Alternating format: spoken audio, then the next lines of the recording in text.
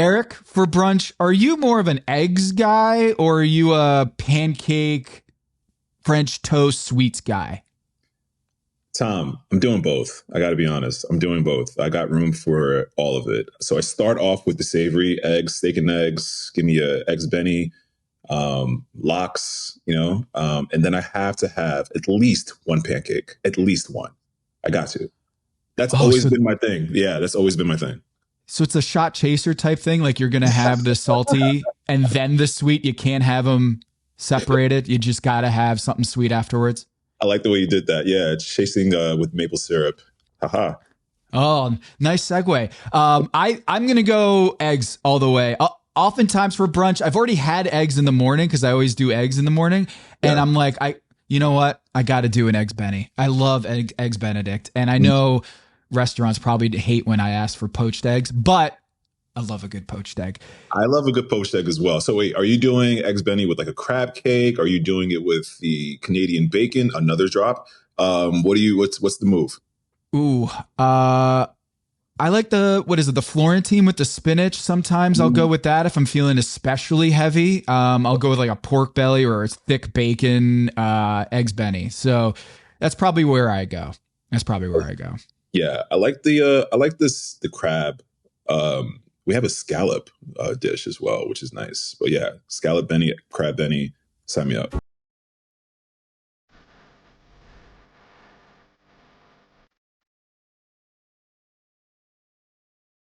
I'm Tom Haberstroh. This is Pack Your Knives. Eric Adjepong is joining us this season for our recap episodes of Top Chef.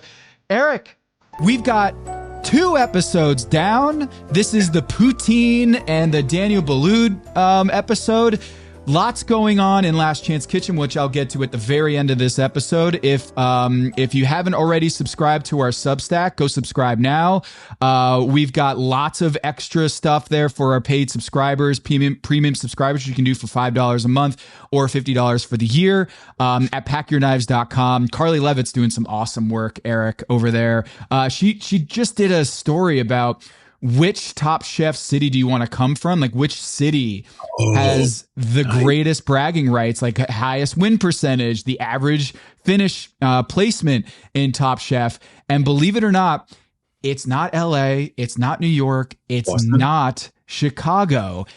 And I'm going to leave it to the audience here. You're going to have to find out. Carly Levitt's broke down the data, and one city stands above the rest in terms of like, oh, okay. I didn't know you had that game. And sorry, DC, Philly and DC aren't doing well in the chef's origins. But go check out packyourknives.com. Our Substack got lots of stuff there, extra stuff beyond just the recap episodes that we're doing here with you, Eric.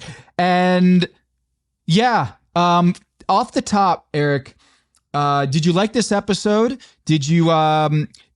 What were your thoughts on busting out the poutine, which probably is the most number one pick on Canadian foods that people think of right here, right off the bat in episode 2? You know what? I love this episode. This was great. The poutine, I felt so full for the judges after. And I felt like the way the episode started with everyone doing yoga was probably the way it should have ended, right after. Because you need to sort of like flex. You got to open your pelvic floor like Massimo did. Yep. Cat was really on top How of about things. Massimo as the yogi, huh? I did not. He was not number one on my big board for the yogi in the group. Not of my draft pick for yogi, but it's great to see him sort of dive into that and lead the bunch. So I'm happy that the chefs are actually getting a little bit of physical activity and outside of running back and forth in the kitchen and, in their elimination challenges. But dude, amazing dishes that first quick fire. Some really highbrow poutines, some straight to the point poutines. I loved it all. What would you have done? I would have gone Cat. I would have gone with what Cat did, like very, authentic. I think it's one of those dishes. I think Gail called it. It's something you want to eat at like 3 p.m. And I'm not trying to 3 a.m. 3 a.m. Depending on 3 a.m. Yeah. I don't want to put on like the white napkin and sort of get super sedity with it. I want to just get down and dirty with my poutine. And I think Kat had the immediate sort of like thought to it, something that I would have done. a beautiful cheese curd, some really, really, really delicious, like thick cut fries. I loved what Tristan did as well with sort of that jerk play. I thought that was really nice. So I probably would have done something like that. Yeah. Yeah. I mean, there's a lot of different ways you can go here. I kind of feel like as a rule, maybe you can't use a fork and knife. I just feel like if you want to do poutine, you just have to get your hands dirty. And that might have been like a cool way to make it, more blue collar dish. But you know what? Like, this is Top Chef too. So you got to elevate when you can. You know what? When you can, but then also as a top chef, you can't necessarily get too high for your bridges all the time. I think you have to sort of like show a little bit of that rustic play. And these moments that call for it, right? Immediately, Kristen said, this is going to get messy. So like dive into it. You don't have to have, again, the fork and knife all the time on Top Chef, even though, yes, this is Top Chef. I think it really shows the sort of, how the range of sort of like skill that a chef has when you can kind of do it all. Yeah, we got Twyla from Schitt's Creek, Sarah Levy on the show. I am not a Schitt's Creek guy. I watched I think season 1 and I was good. It wasn't like I need to watch the entire thing. I think for some reason, like 20-minute comedies, I'm so addicted to like the hour-long dramas on Prestige, HBO or Max, that for some reason I have less interest in like going through with like a 30-minute comedy. But I know, as Gail said, it's big in Canada. It's big here in the US. Are you a Schitt's Creek guy? I'm same with you, man. I watched the first season and I was all right. I get that it's great. Good.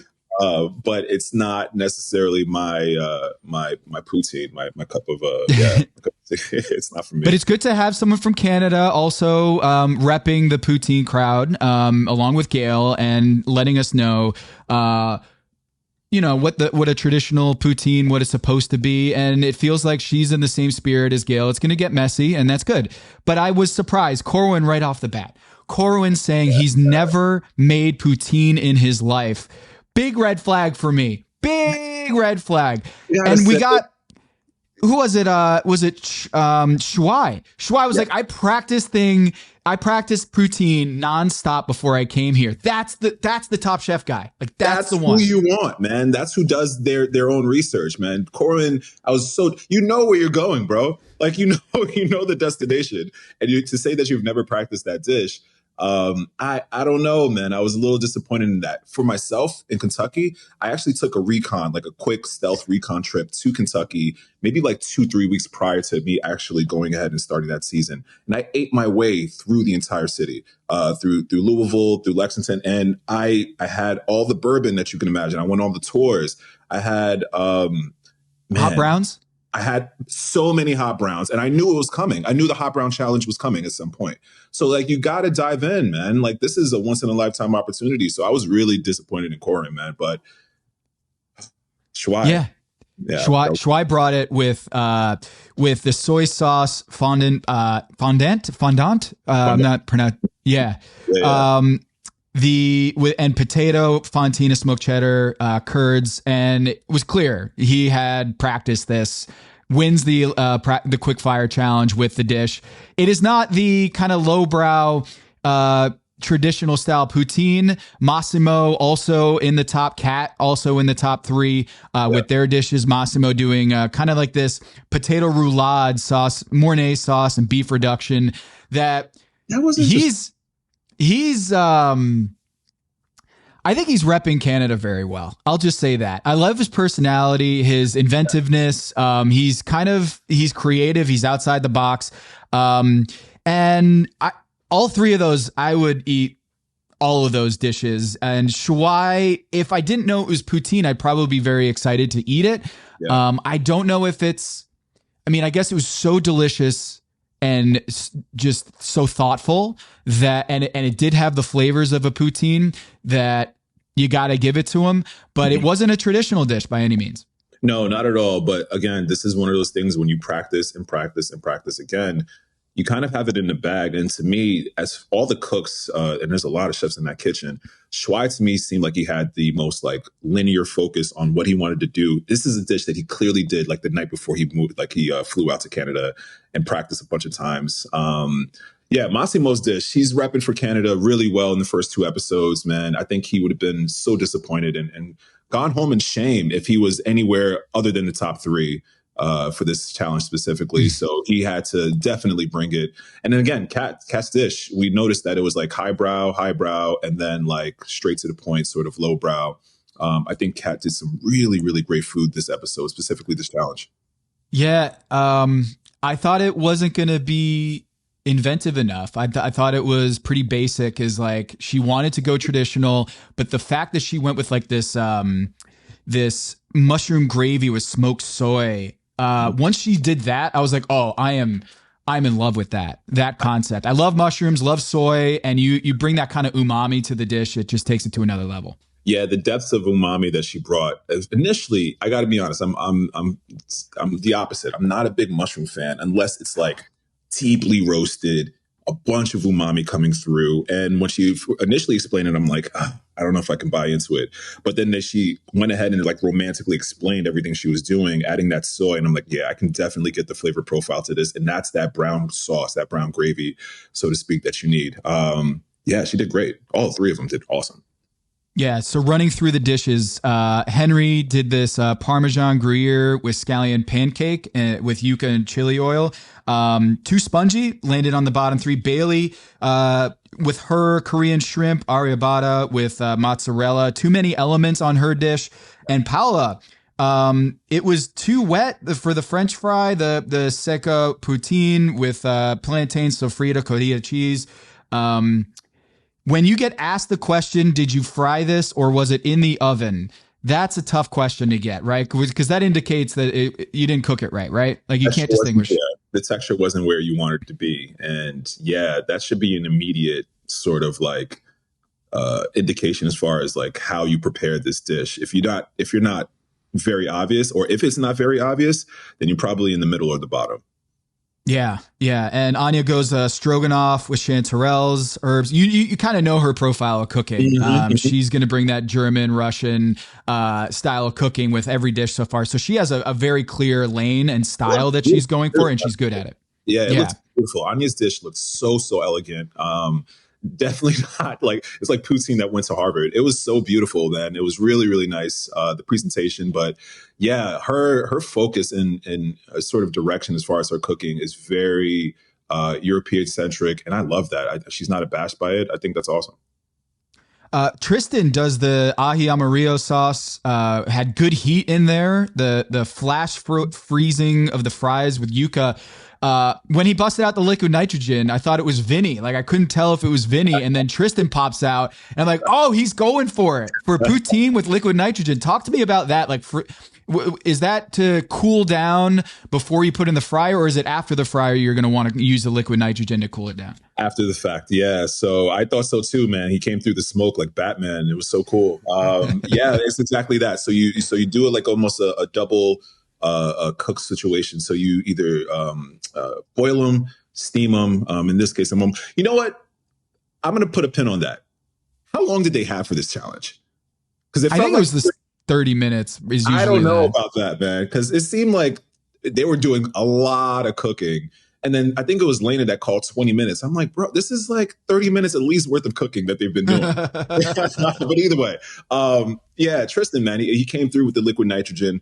And yeah, it's a double cook. So you boil the potatoes, and then you want to quickly cool them off. Liquid nitrogen comes in really, really hard. 2 episodes into the season 22.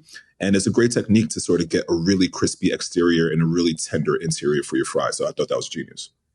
I don't know if you caught this, but your team did not fare so well in the quickfire challenge. You had all of the bottom 3, Henry, Bailey, and Paula, and I had all of the top 3. So I had Shuai, Massimo, and Kat. That's not a good start for your team, but you do tease little spoiler alert later.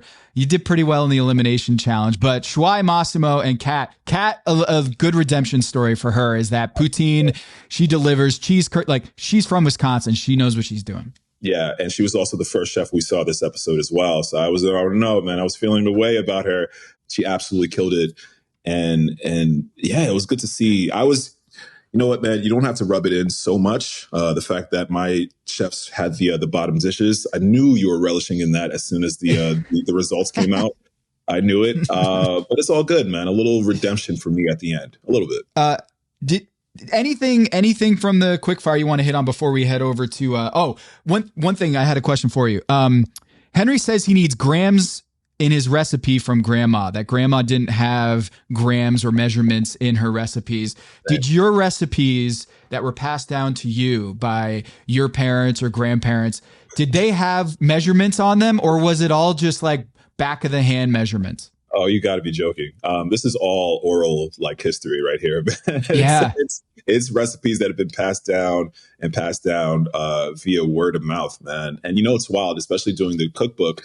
I had to go back home and watch my mom literally cook things. And I'm like, wait, stop, pause right there. Let me weigh that out and then go ahead and continue. And you know what I mean? It's a cool. And what did she say to that? Like, was that kind of like heresy? Is like, we don't measure things. We just kind of have a feel. The joke is, you stop cooking until you stop seasoning until the ancestors tell you to stop, right? Like you just kind of know when the right moment is to stop adding in, certain this and certain that. But I thought she found it really entertaining, to sort of like, man, what was that? Sports science, you know what I mean? Sports science. Yeah, sports science. She thought it was really cool that I was like actually digesting and dissecting rather everything that she was doing. So we both had fun, but I'm like Henry, man, give me grams all day. I just have those like ratios locked in my head, and the way I work. So when he said that, I'm like, you're me, bro. I did that. Yeah, you're Leonardo DiCaprio. Yeah, I did the whole Leonardo DiCaprio. Exactly. That was me. Yeah, because I feel like there's an art and a science to cooking. And the more that you bring in the science, same thing with sports, is like the more you bring in analytics or science or quantifying it, it seems like for those who have been doing old school cooking, it feels like it's you're losing a little bit of your soul when you're getting out the measuring cup and the teaspoon to figure out the measurements. But it's also how you pass down recipes, is like writing this stuff down and making sure it's right. There's a little bit of truth to both worlds, man. Like you have to, as a chef, cook with feel and understand like a very intimate sort of relationship between you and the ingredients. So that's that, and that will never go away. But then consistency and teaching and building like large scale, you have to have some sort of measurable, and it's usually in grams because it's the smallest measure that you can have.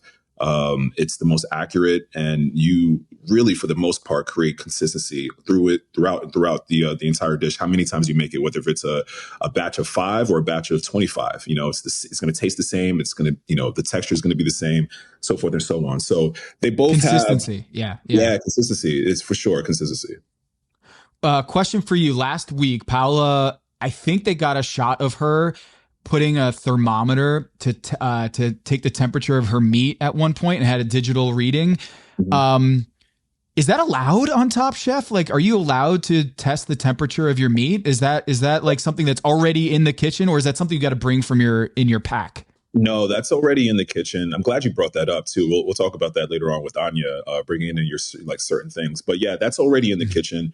I sure hope you're temping your dishes and your food. Sometimes they don't really catch that with the camera, so I'm glad that they actually did that right now. That's like HACCP 101. You want to make sure that you're not serving raw or undercooked food or anything like that. Typically, again, it's sort of a feel versus numbers thing. You kind of know if you cook the same dish over and over and over again that like, all right, here, I'm at a medium rare at this point. I'm at a medium. But if you're not sure, get the thermometer out and just be certain. So it's not a cheat code. It's not like you don't frown upon someone busting that out in the kitchen. Absolutely not. Usually you see like a cake tester. Someone just grabs a cake tester, puts it to their chin or their neck, kind of see exactly how hot things are. And that's a feel thing as well. But if you're not completely sure, man, it's a song and dance between both worlds, where in the kitchen, it's a feel thing. You want to make sure that you see it. You have an understanding, again, intimately with whatever ingredient it is. But then secondly, you go back and you throw it and you make sure that it's like actually up to par and that you're not going to be serving raw food to guests and getting a cake testers. Is there someone notorious for that? Like that you always worked with that did that? Because that seems like magic to me. Oh, dude, we all have cake. I have a pack of like 100 cake testers somewhere in here, in the restaurant as well. It's just the fastest way to make sure that like what you want is where you want it, and you throw the cake tester in there. I love the cake tester because it doesn't leave like a massive hole in whatever it is that you're cooking. And then it's a quick, I got a beard. So usually you go on a chin, the beard's not working for me with that. So I go to the back of my neck, and I just kind of gauge how warm, how hot. If it's like screaming hot, it's probably overcooked. If it's nice and warm and gentle and it's like a slow burn, you're at where you want to be. Oh, that's amazing. Yeah, dude. That's amazing. Did you think twice about growing a beard? Because you're like, I don't know if it'll throw off my cake testing game. You know what? Wild. At Johnson & Wales University, you couldn't grow a beard at all. So as soon as I graduated, man, this thing just went full on. And I just let it go the way it went. But you know, who knew that Johnson & Wales was the New York Yankees of the culinary world? Yeah, well, not anymore. Apparently the Yankees got rid of that nonsense rule. But yeah, the New York Yankees of the culinary world, you could not grow a beard whatsoever. So babyface that's Eric, just that's a hygiene thing, yeah? Just hair getting into your food, or what? Yeah, it's a hygiene thing. Or is it decorum, custom, what? It's a hygiene thing. You know, the only like specific, I think, if it was like a religious obligation that you had to have a beard, that was like the only way. And then you had to wear that massive like beard guard. I remember trying to sneak past my deed, saying that I had like a religious obligation behind my beard because I wanted to wear it so much. But then I'm like, you know what? Let me just be true and authentic to it. So I took off the beard. I was babyface for at least 3 years at Johnson & Wales. And then as soon as I graduated, man, I just let the beast unleash. Yeah. You're like Johnny Damon on the Red Sox, but in reverse. When Johnny Damon had to shave his beard to go play for the Yankees, it was soul crushing. Not only did you go to the Yankees, but you had to get all pretty. It was button himself a little bit too. He looked a lot younger, I remember. I didn't like it at all. Anyway, we could spend 2 hours on Red Sox Yankees rivalries here with you, Eric. But look, elimination challenge. Daniel Boulud comes out, one of the top like literal chefs in the world. Yeah. And they're busting him out here in episode 2. You got poutine as the quick fire, Daniel Boulud, and what seems like a team challenge that resembles Restaurant Wars because you have to create a menu and it has to have a theme in the sense that it's all maple flavor. But first off, your thoughts on Boulud, and have you ever worked with him, and do you have any experiences with him, and what is kind of the cliff notes that you can give to the audience of like what he means to the restaurant community? Mount Rushmore of chefs, I would say. Like as far as recognizable, as far as accolades, as far as just his contribution to the industry, he's top 4, man. He's one of the best. He's one of the greatest ever, I would say. Daniel Boulud has as many restaurants as I have years in my life, man. This guy is just fantastic cook and restaurateur. I've yet to meet him, crazy enough. I've eaten at plenty of his restaurants in New York, and Los Angeles as well. So I know and then also worked with chefs that worked with him as well and sort of taught under his tutelage. It's so wild to me, and especially second episode, you have Daniel Boulud, and then you also have Tom Colicchio, like right there, side by side. And like, what the F, bro? This is way too much. This is like end of season type of judging. You know what I mean? Like getting Daniel Boulud to come through. It's so impressive. And, also a really big honor to cook for a chef like that. So, like Tom, he has a restaurant called Craft for a reason. This guy's a craftsman. He knows every dish like the back of his hand. He told Bailey one time, I think last episode, why don't you just add an extra egg? Like, and it's just like genius points of just like, while you're cooking, you think you have such a clear vision of what you want to do. And then Tom just completely dismantles everything by just saying something extremely simple. And again, that's the experience that these chefs have. So Daniel Boulud coming through in the elimination challenge, cooking brunch, doing it in a very similar style to Restaurant Wars, as you pointed out. But I love the theme of maple. Such a really, really unique challenge to work with because it can be extremely overpowering. One of my favorite ingredients, honestly. Is that right? Yeah, I love maple. I love maple. It's such a great sweetener. It gives texture. It lifts. It gives moisture. And depending on like the style, amber, dark, wherever you're going, you're getting like a robust sort of sweet flavor. But that's not like white sugar, sweet. So it's a really unique and delicious ingredient to use, and a great challenge. Especially for maple, the brunch. I thought it was a brilliant challenge. Second episode, I thought it was really really smart by the producers. Yeah, the splitting into two teams and it's just random. So there's no sort of draft. It's just you're drawing knives. Yeah, that made it feel very Restaurant Warsy in that they have to kind of come up with a menu, right? Who wants to do a crudo? Who wants to start things off? How many desserts are we going to do? I didn't think it was too close to Restaurant Wars because they're not coming up with a name or a theme, so to speak. But were you getting kind of elevated heart rate there just because you've been through Restaurant Wars, seeing that they already have to do like a team challenge like this to come up with like a through line or some sort of order for 7 dishes? For especially so early in the game, man, you still are sort of like feeling people out. And to your point, the last episode where Katiana was sort of like leading the charge with her group, I saw Tristan sort of do the same thing with his and the Brown team. And I thought that was so impressive, man. And I love the fact that they were the Brown team, except for Schwei. Like, literally everyone has shades of brown. It was just hilarious. But it was good to see that progression. And keep your third eye open on that drawing of knives, right? Yeah, exactly. Keep your third eye open. There's something suspicioso with that one. But no, it was good, man. It was I love to see the sort of leading in charge that Tristan took, and first calling out, man, we need a progressive menu. Regardless of like what you want to do, it has to make sense 1 through 7. And I think those challenges are fun because you get to really do what you want, but then also you get it's kind of like a derby, you know what I mean? You going forth, but you got to like really make sure that your dish stands on its own. And one thing I really thought it was going to be, I thought it was going to be first dish versus first dish, second dish versus second dish, third dish from both teams. I thought that was the wrinkle that they were going to add in, and I thought that would be like the eliminating factor between the two versus whoever had whatever group rather was winning between the was it Brown and green. It was brown and green. Brown and green. Yeah. Okay. I would have preferred that. I honestly, I thought it would be. I thought it was going there.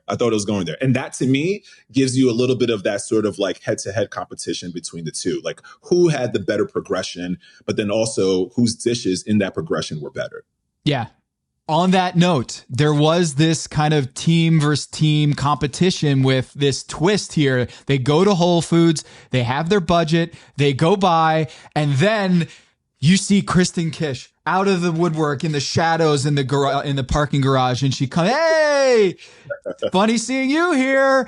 And she goes, "Yeah, you thought that was a little too easy, didn't you? Because guess what? Presented by Wells Fargo and whatever ad buy it was. I was like, okay, what is this twist? You get $50 extra. Why is that going to be? I gotta say, man, I was that, I gave a big props to the producers just like 10 minutes ago. I gotta say that was whack. I didn't like that. That was just really silly. Like, number one, it's not a lot of money. Number two, these trip up or these sort of like these are professional chefs. We're gonna figure it out. Like, you give me Hard Rock candy, you give me pizza, like these are the dumbest things to work with.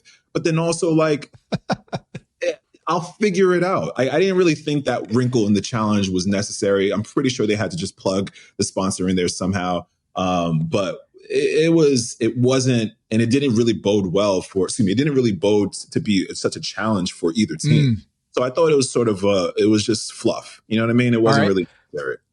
Counterpoint, I actually was very impressed at the competence of the chefs that they could turn this wrench into a benefit. Like for some of these, it was like, whoa, I didn't realize, like when they said, oh, I'm going to give you these Red Hots or the gummy bears or the actual cooked pizza. I'm like, yo, how are they going to do this? And then they MacGyver Houdini their way out of it. And I'm like, oh, these guys are pros. Like this is child's play to them. this is child's play, and this is where you and I differ in this conversation, because it's child's play, man. If you give me a pizza, I don't have to use the entire pizza. I can deconstruct it and get the sauce. I can use the olives. I can use the cheese. I can use the bread like Shuai did. Like, it's not the entire package of the item that needs to be used. You can just strategically use something that's like the hallmark of the dish. So I thought lasagna was easy. Like, it's, it probably a little bit tougher than anything else because it's such a baked, homogenous dish.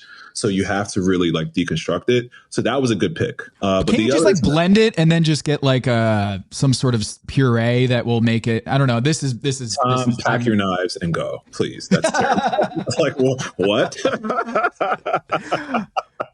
Yeah. So that's why I would be in Last Chance Kitchen very fast. After the quick fire, they'd be like, you know what? We're not even going to the elimination challenge. You're going. And you know what? Skip Last Chance Kitchen. You're like David Murphy last year. Just go home. All right. So white truffle oil lasagna goes to the green team. And then for the brown team, they have to do these like gummies, the cinnamon candy, pizza, and candy corn. I'm out on candy corn. So that would be a tough one for me. But if you have a dessert dish, you can get the sweetness and distill it down and get some sort of syrup out of it. But to me, I kind of thought that if there was black licorice in the store, I would have done that. I would have been like, you're not going to be able to make this delicious. And so, you're going to have one person at the judges table who likes black licorice, and then everyone else is going to think it's disgusting. I'm of the opinion that it's disgusting. My brother Steve loves black licorice, and every Easter he would just like take all of the black licorice from our jelly bean pile. And I feel like that's where I would go. Where would Eric Adjepong, given that you think it's too gimmicky and it's not, it's kind of whack as you put it. What would you have done if you had a Whole Foods to kind of tank the other team? Man, I love the black licorice. I think I would have gone something very, very similar to that. Would you go candy route, or would you go already cooked prepared lasagna pizza route? I would have gone candy for sure. I would have gone a candy route. I thought out of all the choices, even though I thought it was pretty gimmicky, the candy corn was awesome because two things. Unless you're doing something, candy corn melted is just like a weird sort of like swirl of color and flavor. So you would have to actually take the time to dissect the orange from the white and then from the other color, right? That right there, anything that takes time away from you, that's what I would have went with. So I thought the candy was brilliant, right? Because again, these chefs can work with flavors anywhere. They can figure it out. But if I can take time away from you, then I'm really thinking that I'm at an advantage. Because if you're smart enough, you're not going to throw the whole candy corn into your dish. It's just going to completely, warp the color, warp the flavor. So you would have to dissect it. And I would probably use the white middle part as well. But that would take an immense amount of time to sort of just like, with your cutting board, super granular, take everything away. And then that eats 30, 40 minutes of your time. And now you're working with something really, really special as far as an advantage right there. I'm glad you brought this up. Chawanmushi versus soufflé. Both of those buzzwords that pop up in this whole menu curation that each team or members of those team were like, yo, are you sure you want to do that? And both of them, it seemed like they bit off more than they can chew. So chawanmushi and a soufflé. Why are those things create such a strong reaction to the other chefs when they're brought up in this challenge? You know what? In the tiers of things to really challenge yourself, and it's like, why even go there in an elimination challenge to make? Risotto's up there, chawanmushi's up there, and a soufflé is up there as well. They're all sort of like looking below at the rest of the other dishes with like disdain. Like these are like the masters, the master dishes. The final boss in Mortal Kombat. Boss. Yeah, exactly. Chawanmushi, man, it's a steamed egg custard, and it's a delicious one when it's made properly, and it's delicate and it's silky, and you can flavor it with little soy and sort of get crazy and wacky with it. But it's steam. You need a good amount of steam in there. You need time. You need patience. And then the same thing with the soufflé. It's a egg dish, essentially whites, and it needs to puff up in a really just dramatic, beautiful way. It's also custardy, silky, delicious. And these are really, really just delicate dishes that need a deft hand. You got to be able to know what you're doing. You have to have the time. You almost have to have a silent kitchen when you're doing it as well, right? So 15 other which Top Chef is not, which is not exactly. It's not one of those dishes that you need like a bunch of commotion around. So it's very like. You got to have the violin playing, you know what I mean? It has to be smooth, and to go with that in such a difficult man. I got to commend Vinny. I have to, because he did it so confidently. He said it so confidently. And going back to that quick fire, when they were talking about the dishes, Vinny said, "Man, I got this. It's Daniel Boulud. I have to cook this for him." Versus Corwin, he was like, "I think I could do this. Like, I think I got this." Like immediately, bro. Like you're not cooking with confidence when you're doing that. And I get it, man. If you can really pull these dishes off, it's such an impressive feat because of all the things I just mentioned. But the degree of difficulty and the variables that can go wrong are it's just not tipping in your favor. So I got to commend both of them, honestly, for going for it. It's a really ballsy move. But bro, Corwin, man, you can tell that's another thing too. You don't even know these ovens. These are completely new equipment that you're working with. So some ovens, if you're working with back home in your home restaurant or at home in your kitchen, you kind of know the hot spots. You know where you want to maybe tilt the pan a little bit here, or put the chawanmushi more to the left center or right center. You don't know anything about this equipment. So you're going in completely blind, trusting that the entire oven is as it says it's going to be. And we all know as chefs, not every oven's made the same. So we noticed that with Corwin's dish, where he had maybe one of the dishes perfectly cooked and the other one, he knew it immediately, went to Daniel Boulud's. I would freaking die. Oh my gosh. I would die. I would walk away. I would probably just forfeit myself. All right, last chance kiss, guy. I'll see you there. And he knew that it went to Chef Daniel Boulud's. It didn't even hit the plate. It didn't even hit the table, rather. He knew it. And he was like, damn, like, this is it. He smiled. I would not have cracked a smile. He was like, oh man, I'm going home. Like I would have turned into a puddle right there. It was more mushy than anything else, like Tom said. If I saw that the plastic wrap was on Boulud's dish, I would have walked out. I would have walked out myself, bro. I would have walked out myself. Chef, thank you. My dish is shame. Shame. Game of Thrones, just walking through town. Shame. And here's the crazy thing, Eric. He didn't even go home because of the team challenge. And so it's like, gosh. Yo, this was like, I have this like little notation system in my notes where I'm like right when they present their dish, I either give them a check mark, like they're good. Yeah. I give them like 2 check marks if like they're going to be in the top. And then I do 3 check marks if I'm like, that's the winning dish. Like, I think that's the winning dish right there. Corwin. Check marks with Corwin? I get 3 down marks with Corwin. Like I do 3 down arrows next to the name. If I'm like, yep, they're going home. There's no way you can serve a dish with the plastic wraps, the saran wrap still on there without you knowing. It's not like you can be like, Daniel, I noticed that the saran wrap is still on there. I apologize. It was one of those where he's like, yo, is this how it's supposed to be? Did you guys have that too? Oh, geez, man, that's tough. And it's tough. Mortifying. Mortifying is the exact word. Exactly. You know what? And the mortifying part and the most terrifying part of it all is you don't have control of what dishes go where. Once the time is up and your hands are up, then the service staff come in. You give them their beauty shot so they can, so us as the audience can see the perfect one. Mm-hmm. And then the rest is up to the wild, man. It's really on the field. So you have no idea whether your perfect chawanmushi is going to Gail or is going to Chef Daniel Boulud. And when he saw that it was actually going to Daniel Boulud's, I fell for him. I really did. But, through it all, he took it like a man and he said, I'm willing to die on my sword. This is going to be something for my team that probably will tank us, and it's completely my fault. He was prepared for the moment. And I got to say, even through the difficulty of that challenge, the difficulty of that cook, I got to commend him as a man for really sort of taking that. I mean, it's obvious, but he did what he needed to do as far as just like taking the umbrage of that entire debacle of a dish, man. But you're right. If this was a head-to-head battle, he's going home, right? Oh, he's Like, going home immediately. Immediately, it wouldn't even be close. So, um, you know what, man? This is what Top Chef is. Top Chef, bro. Like, it's a roll of the dice, man, and you can roll the same dice for each episode, different ways, and you get different outcomes. If the challenge was done with a head-to-head battle with each course, then we might have a different winner and we might have a different loser going on. mm-hmm, mm-hmm. Let's go through real quick the dishes here. Lana did a cured salmon with maple crumble. Shawai he did a maple pizza toast. Shout out to Chef Carrie for the toast queen. Shawai did a maple pizza toast, toad in the hole with maple togarashi. Diners loved it.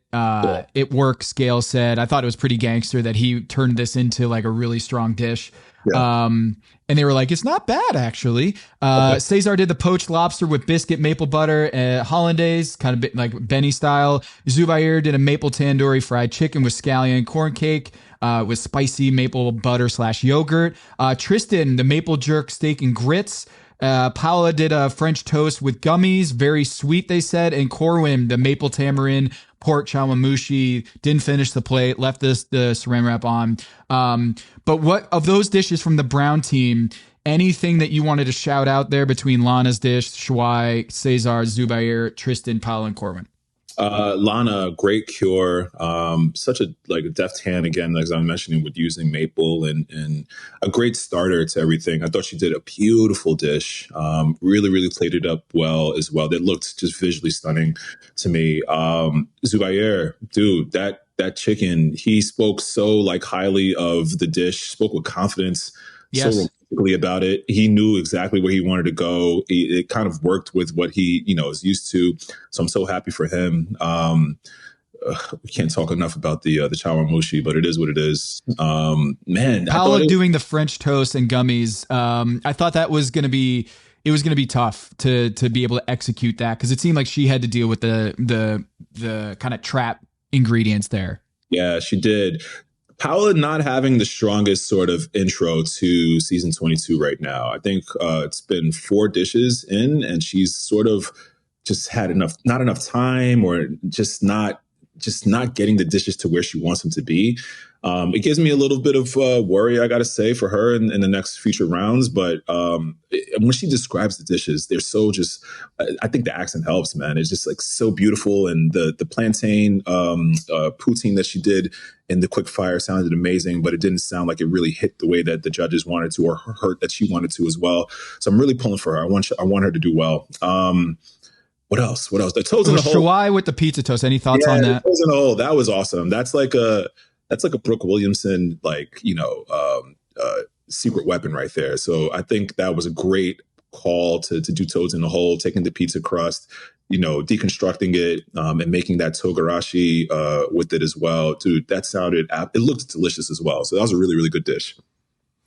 Okay, green team. They had to deal with like lasagna and the white truffle oil. Thoughts on white truffle oil in general? That feels like that's a lightning rod in a kitchen. What's white truffle? Man, it had a moment for like 3 weeks, and then everyone realized how like disgusting it tastes like dirt.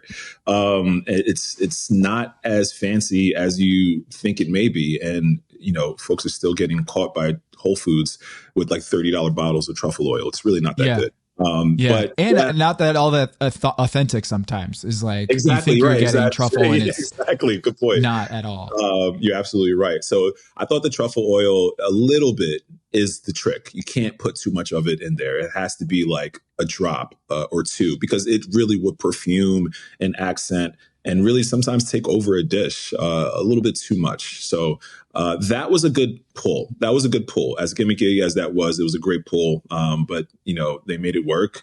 The lasagna was another good one as well. So homogenous. It's the bolognese. It's the pasta itself. It's the bechamel that's in there as well. So it's kind of like hard to just pull away from it and try to get one specific flavor profile from it. So it's really impressive to see that green team work with that dish that they were handed. But bro, man, they cooked some really delicious food. It was neck and neck, I gotta say. It was very, very close as a team. It was. I didn't have a clear loser on this team. And the irony is that Bailey goes home and it was like, oh, yeah, I guess she did have the worst dish of the team.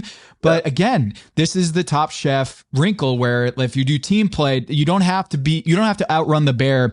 You just have to be the one that outruns the last guy. And in this circumstance, Bailey could not, be saved because she was on the other team. Like if she's on Team Brown, Corwin's going home. I'm pretty sure Corwin's going home. But the fact that she's on the bottom here, I didn't have like a clear sense that it was an elimination worthy dish. But before we get to that, Eric, let's talk Anya. Edible pine cones. Holy shit. I learned something today. You learned it too? Dude. Kaboom. Like kaboom. I loved the ingredient basket pull that she had from back home. That right there is like, man, when you like gain enough points in a video game and you can get to like buy the best thing that you can, like she pulled that out second episode. The edible pine cone, the syrup, number one, looks so damn cool. See that. I want to taste it. I want it now, like immediately. That dish looked fantastic.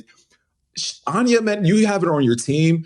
I'm willing to do a trade because I think she's got it, bro. She's really, really good, like stealthily good. It's going to cost you. It's going to cost you. I totally get it. And I think it's worth it now. 2 episodes in, we both see a little bit of what she's been able to pull out. But each and every dish that she's done, even though she's never really been on the top or the bottom, playing in the middle, like you said, you don't have to outrun the bear. You just don't have to be the last person.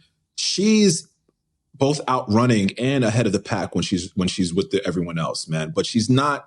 She's so again stealth, man. Like dark horse. I really see Anya going far in this competition for the ingredient pull, for her elegance. Her dishes look so beautiful. Now 4 dishes in, each and every one was like, man.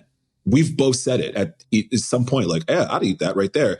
The cheese cake play as well was fantastic.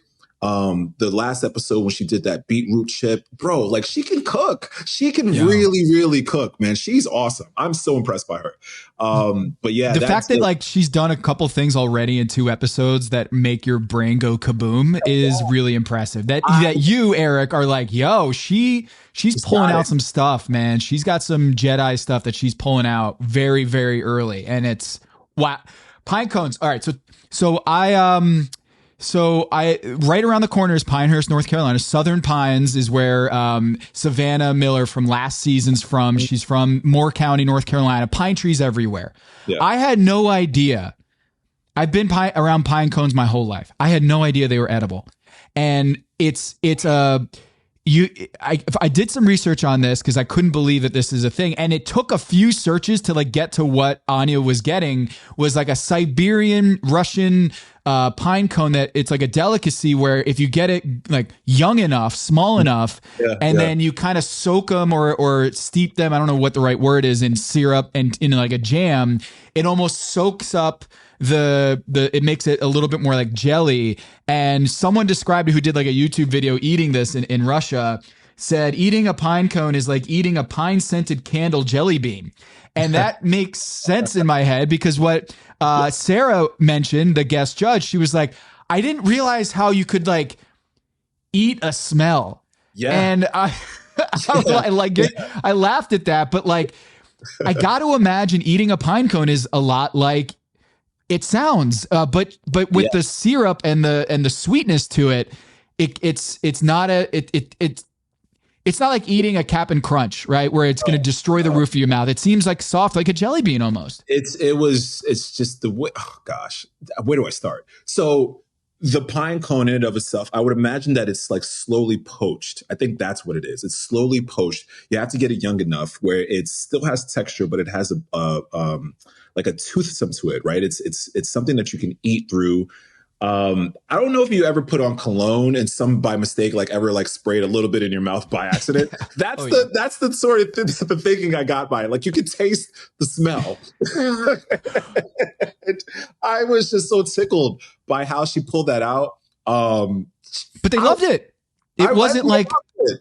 And you got Daniel Boulud saying that he's never tried something. The Daniel Boulud, who's literally eaten everything on the face of this earth and planet, has never had this. And I'm pretty sure you're going to see it in his next freaking recipe or cookbook or in his restaurant. Bro, that Anya, again, standing go. Yeah. That was so cool.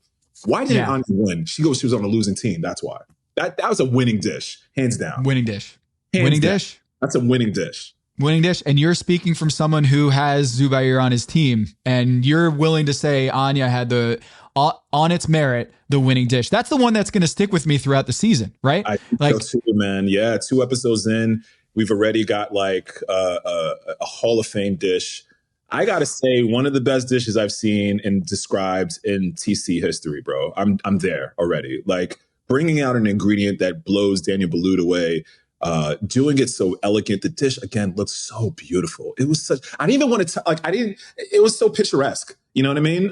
She crushed it. I was very, very impressed by that. Crushed it. So she's in the top, in my opinion. I did this. You know what? I'll save that for later. Let's go through the dishes here. Kat with the congee with maple bacon, chili crisps, and jammy eggs. They said it was delicious. Great hangover dish, scoring a lot of points for me in that department. Like that is, I would zero in on that on a brunch menu. Katiana, maple cured salmon tartare with whipped silken tofu with daikon maple leaves. That was pretty gangster. Then Henry with the fried chicken, polenta, maple chili, and honey. Shout out to June with Evelyn Garcia that he does that dish at June in Houston with former Top Chef contestant, really strong chef Evelyn. Anya, we just talked about. Massimo with the steak and eggs with maple lasagna, bordelaise. It seemed very edited. It was fairly simple, but they enjoyed that. Maybe not mapley enough. We got that a couple times here. Vinny, who brown nosed Daniel Boulud with the soufflé, but he landed it. The guests loved it. It was balanced. DB gave the thumbs up. And then Bailey comes in with the maple tart with pine nuts, brown butter sauce, underbaked. Again, this was a really strong performance from the green team, and this is where I have a trouble with the whole team play because I know. You know, I was wondering who won, and maybe that's good television. Is that I didn't know. I didn't know, but as you say the dishes and sort of, I'm hearkening back, like they had some pretty stellar food, man. Going back to that souffle with Vinny, and again, he had to use the truffle oil, another like difficulty level on a difficult dish. I gotta say, man, you're happy he's on your team. Happy he's on the team, man. Vinny's good. He's impressive, man. He's really, really impressive. Anya's dish, Vinny's dish, dude, it was congee. Did you like that? That execution of Kat, man, like that egg, the maple cure. I thought that was fantastic. I would absolutely just devour that dish. I was right there with Tom with that one. They cooked, man. They really cooked. Bailey's dish, I think, was clearly the unfortunately the one that really belonged on the bottom. And when she was describing it, especially the crust, and she said she was using honey, and they called it out during the judges panel, like, why? You have maple right there. It's literally, why would you go honey? That was one thing that I unfortunately knew was going to probably come back and haunt her. And she didn't even really get the crust going. And that, as a tart, like that's the no pun intended, that's the bread and butter for the dish, right? Like you got to be able to cook the tart out. It can't taste raw because nobody likes that. And there has to be a little bit of color. That color is what you're looking for to bring flavor. And it was pale. Unfortunately, that was the dish that went home. Yeah. Henry was on the bottom because the oil was too hot. He talked about how he was using, I think it was Zubair's oil afterwards, that it was a little too hot. But I didn't think he was going home for that. No, you know what, man? This is actually something that I thought would happen in the quickfire challenge. When you have like a poutine challenge and everyone needs to use a fryer, there was going to be a fryer jam at some point, and I knew that was going to happen. But it happening in the elimination challenge, and even if that's the case, bro, keep it to yourself. Like excuses, Ooh. keep it to yourself. Tools of the incompetent, man. Like you got to be able to just figure it out. Get a pot of oil. Cook your your chickens elsewhere. If you know that it's going into a dirty pot of oil, why would you continue to cook it in there? You know what I mean? For me, so like that, you could have just kept that in your pocket. You didn't have to. He could have said, "I made a poor decision," rather than being like, boom. Then I had to deal with that, and it sounded right. a little too on the excuse spectrum, right? That's exactly. You know, I made the poor decision to go ahead. I saw it's not like it all of a sudden became dirty when he was like in the second batch of his cooking. You knew it was going in dirty, so bro, like it's all good, man. It happens, but still. The fact that Vinny had immunity went with the soufflé. What are your thoughts on that? Like, was that taking one for the team? Is like, or is it just like, I'm going to go risky because I know I'm good? I would go risky because I know I'm good, but then also I'm going risky because I know I can do this. Like not everybody, even with immunity, is going to do such a risky dish. And it's almost like he had the recipe just like formulaically just locked in his head to add in that truffle oil as well, which he was not expecting to do, obviously. Just shows to me that this guy has skill, man. He's good. Out of all the chefs thus far, man, I'm most impressed with him. Anya, you can go with those two. Those two, I think, have stood. I would say so far. Yeah, thus far. Hey, two things want to hit here. I liked Tristan taking leadership, and also I like Tristan being like, you know what, give me those red hots. Yo, I want those red hots in my dish. Like that's a certain like kind of a level of confidence that you're like, I don't even need to incorporate this gimmick, but I'm gonna choose to do it, and it did, I think, improve his dish, where elevated it for his jerk steak and grits. Now. Yeah. One thing I wanted to ask you is when Bailey's mix broke for her tart, the cornmeal was sticking to the bottom. Can you explain, is that a fatal flaw, or is that something where you were feeling it too? Was like, oh, that's going to undo her. Like, what is that moment like when you see that? Depending on where you are in time, it could be a fixable sort of thing, or it could just be a fatal flaw, like you said. You could have just folded it in. You don't have to use the mechanical sort of engineering with the KitchenAid. You can just take it off and sort of just go ahead and just fold it in. You know, it probably wasn't hitting it was a lot of batter in that KitchenAid as well. Yeah. Yeah. So I would say either just take it out and just go old school or start over. But depending on the time, and it doesn't seem like she had a lot of it. I'm glad she pivoted and got something to the table, but clearly the time between figuring that it was not going to work and then remaking it was all the time that she needed in the oven for the second batch to actually bake and really get, nice and dark and crusty the way she wanted it to. So, degrees of difficulty in editing, man. Editing is such a thing, bro. Like you can't do it all in one plate. You can't show all your skill at once. Simplicity goes a long way. A souffle, as difficult as it is, it's like 4 or 5 ingredients, including that truffle oil. But like when you do it and you can do it well, it speaks to your sort of confidence as a chef. So, putting a bunch of stuff on a plate and kind of just walking out like that can sometimes hurt you. Shout out to Tristan again, man. His bravado when he cooks is so impressive. It's not like arrogant. It's very assuring and self-confident. So I love that about him as well.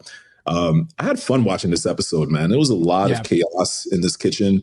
It usually is so early on when there's so many chefs, but it's good to see sort of who's leading the pack and who's sort of coming out, the victor. Okay, so normal scoring system is a top 3, bottom 3, and then the middle. We don't really have that in this episode because some of the top dishes were on the other team. So it felt weird just saying, Anya, you get just 2 points. We have a point system, 10 for winning the elimination challenge, 5 for finishing in the top 3, 2 if you move on, but you're not in the bottom 3. Bottom 3, you get 0. And if you're the eliminated chef, you get -5. So that's the scoring system that we have had here on Pack Your Knives for a few years now. So I felt weird about not having Anya in the top 3. So I have Zubair getting the 10 points for your team. I have Anya getting 5, and I have it initially Shawai getting 5 as like another one of the top 3 dishes, but I'm here for you to, if you have another candidate for being in the top 3 alongside Anya and Zubair, do you have another one? Like I liked the kanji cat dish. I liked Tristan, and he overall, like, leadership and the decision making that he had. Kind of feel like he might be deserving. But do you feel strongly for a chef that should be in the top 3 in this episode? I think or this elimination challenge, I should say. I think the clear top 3 for me was Anya, Zubair, and I'm going back to the dish I would probably want to eat the most, and it's the kanji dish. Yeah. Okay, Cat. I got to go Cat. Yeah. Okay. All right, Cat is in the top 3, and that's not going to be reflected on the official Top Chef website or Wikipedia. But I decided between Cat, Shuai, and Tristan there. And Cat, I mean, it's a great hangover dish. It's delicious, and she shows out. She had a top 3 in the quickfire, top 3 in the elimination challenge. So big rebound for Kat after last week almost being on the chopping block. Rebound. She did great. Yeah. Bottom 3, I've got Henry, Bailey, and Corwin in the bottom 3. Henry with the 2 hot. He says it was General Tso's, but didn't really taste that way. It was too dry. The oil was too hot and it got all crumbly. So you're cool with me in the scoring system having in the bottom 3, Henry with 0 points, Corwin with 0 points, and Bailey getting sent home. She gets -5. I think it's pretty obvious this round, a little bit easier decision than the top, who were the weaker of the dishes of the bunch. So yeah, I would say Henry, Corwin, unfortunately Bailey as well. All right, last thoughts. Tom doesn't do brunch, hates brunch. Clickio. Your thoughts on brunch, and tell me how your restaurant's doing and how are things going in your world. Just real quick. Man, my thoughts on brunch. I love eating it. I love experiencing it. I used to love cooking it. It's a beast, man. It's the fastest service. The eggs and the modification. Some people want poached. Some people want medium scrambled. Some people want a sunny side up, and that in of itself kills ticket times. So as much as I love eating brunch, cooking brunch is a whole different beast. The restaurant, we have a brunch service on Saturdays, and we're still trucking away, man. But it's, it's a time for people to sort of get together. It's a lazy Sunday. It's a lazy Saturday. Yeah. It's mimosas, it's espresso martinis, and, it's just kind of an excuse to sort of just get out with your friends and have a nice sort of moment. So the restaurant's doing well, bro. We are a month and 2 days in. Wow. Reviews are coming in. And that's great, man. We're getting some really strong reviews. As the chef and sort of, the person really, really inside, there's always room for improvement, man. But that's the cool thing about it as well. Cause like, as we're progressing, is also great things. There's also things that I can see that we need to improve on as we're getting better. And that's pretty encouraging as well. So, it's all about just reps, man. Just, very similar to basketball, just knowing where everyone's shooting pocket is. And, you want to be able to sort of build that chemistry. And we're doing that. And it takes time, man. Like opening restaurants, this is my 4th one, like I mentioned. It takes at least 6 to 8 months to really get like a full rhythm. Okay. So we're a month in, and we are a lot more ahead than I initially thought. And yesterday's service, hearing that several people say that too, like, oh man, you wouldn't think that this is a month in, is promising news. But then also, like, in the back of my mind, I'm like, we suck. We got to get better. We got to do better. Yeah, you're such a coach. You're Tom Thibodeau. Like you guys get out to like a 13-2 start on the Knicks, and then it's like, no, we got to be like, we 2 losses. We got to figure that out. You just came back from your book tour signing in Chicago. You mentioned that you talked to some people who were fans of Pack Your Knives. And I did. You mentioned that Chicago, your team Chicago now, you traitor. But how was the Ghana to the World book tour and the book event in Chicago? I appreciate it, man. It's 4 cities in right now. We did New York, DC, Chicago, LA. And Chicago, man, so much love. I had a great time, even though New York is home base. Chicago is so much love, and clearly I'm showing them love back. Big shout out to Amanda, to Roy, to Eric, and the rest of the crew, specifically who shouted out Pack Your Knives. They gave a huge shout out to you, Tom, as well. To Kevin as well, man. They're huge fans of the show and really excited to have me on it. They got their draft going. They're really amped for it. It was an awesome night. We did it at the table at Crate and Barrel, a beautiful restaurant inside of Crate and Barrel, which was fantastic. A blueprint that all Crate and Barrels need to follow.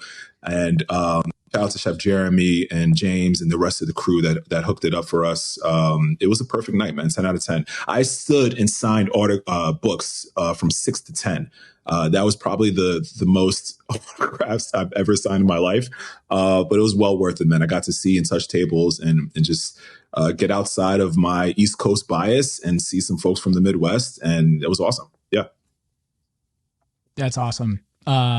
Man, it's great to get through 2 episodes and see such high level cooking. It's great to rap about it with you, Eric. You're teaching me so much here already, and I'm glad we see it the same way on some of these things where it's like Top Chef is on another level in terms of execution. They've been doing this for so long. They know what they're doing.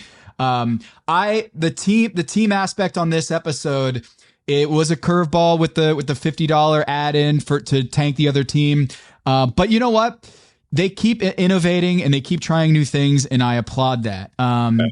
Sure. I'm going to talk about Last Chance Kitchen here in a little bit, because there is another curveball there. But Eric, thanks so much for recapping this episode, and can't wait for next week. Can't wait for next week, man. Cold dishes seems to be the theme. I'm excited for that. Bro, I always enjoy talking to you, man. Thanks so much for giving me the time to talk about the restaurant, a little bit of brunch, and the book tour as well. Elmina's kicking butt right now in Washington, D.C. I'm so proud of the team. The book tour is going really well. We're going to Los Angeles next. I'm looking forward to seeing Kevin.